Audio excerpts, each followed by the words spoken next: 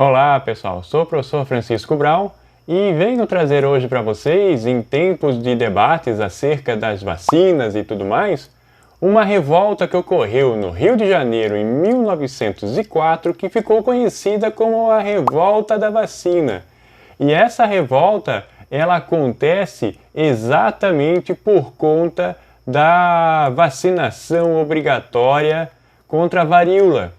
Então é interessante também colocarmos algumas questões, que essa revolta durou aproximadamente 8 dias, foi aí do dia 10 de novembro de 1904 até o dia 18, mas com forte confronto contra as forças policiais do Rio de Janeiro naquele momento, derrubando bondes na rua, fazendo barricadas. Foi uma revolta de uma intensidade bastante grande. E aí a gente se pergunta o porquê dessa revolta, né? Ela foi, logicamente, pela vacinação obrigatória, que era algo que foi abolido ainda no Império, começou lá no Império, depois essa lei foi retirada, e na época o ministro da Saúde, Oswaldo Cruz, né, que hoje é o nome da Fundação Oswaldo Cruz, a Fiocruz, né, sugeriu ao presidente que a vacinação obrigatória voltasse por conta de uma epidemia de varíola no Rio de Janeiro,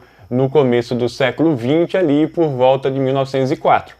Então, isso gerou polêmicas no Rio de Janeiro, na população, que, muito parecido com o que vivemos hoje, se negava a tomar a vacina, né?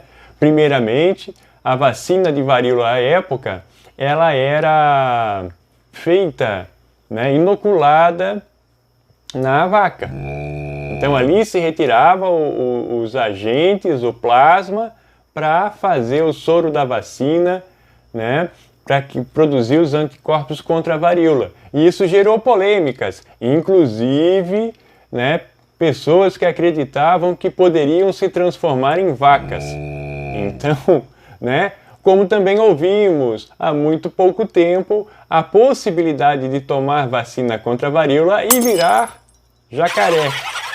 Então, né, são esses fantasmas da crendice popular que, né, circulavam e às vezes insistem em voltar, né, frente aos possíveis ou aos avanços da ciência, né, da ciência médica, da ciência social, enfim, da ciência sanitária. Então, são esses retrospectos, né, da história brasileira frente às pandemias, frente às campanhas de vacinação. Então, muita crendice, né? E a gente encontra isso no decorrer das décadas seguintes, inclusive, os jornais trazendo muito essa questão da falta de percepção e de visão das pessoas que negaram a vacina, né, ou que negavam a vacina. Tem dois trabalhos muito interessantes nesse sentido, que é o texto A Revolta da Vacina, de Nicolau Sevicenko, que traz inclusive uma questão da moralidade da época, porque os enfermeiros iriam vacinar as moças no braço ou nas nádegas, e que à época era um tabu uma moça mostrar o seu braço ou parte das suas nádegas. Então há esse debate, né?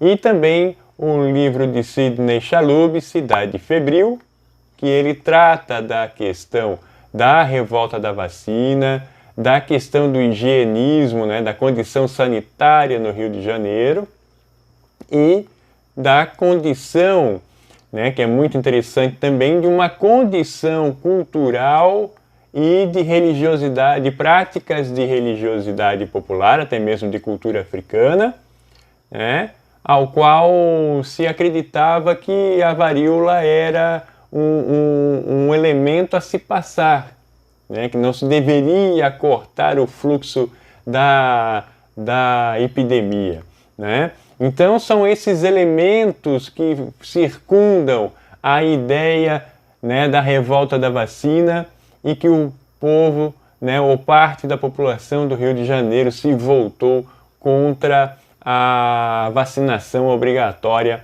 em 1904, né? Então são elementos da nossa história, né, que trazem essa questão das vacinas, da vacinação, e uma revolta como a revolta da vacina de 1904 está envolta às práticas de costume na época, às crenças, às superstições, e aí um avanço nesse começo de Brasil República em 1904 na questão da ciência, né, da ordenação urbana. Então esse conflito, né, entre a ciência e, vamos dizer assim, as crenças, as superstições ou crenças populares, se quiserem dizer assim também, não é? Então eu me despeço de vocês hoje com esse tema, a revolta da vacina de 1904. Um grande abraço a todos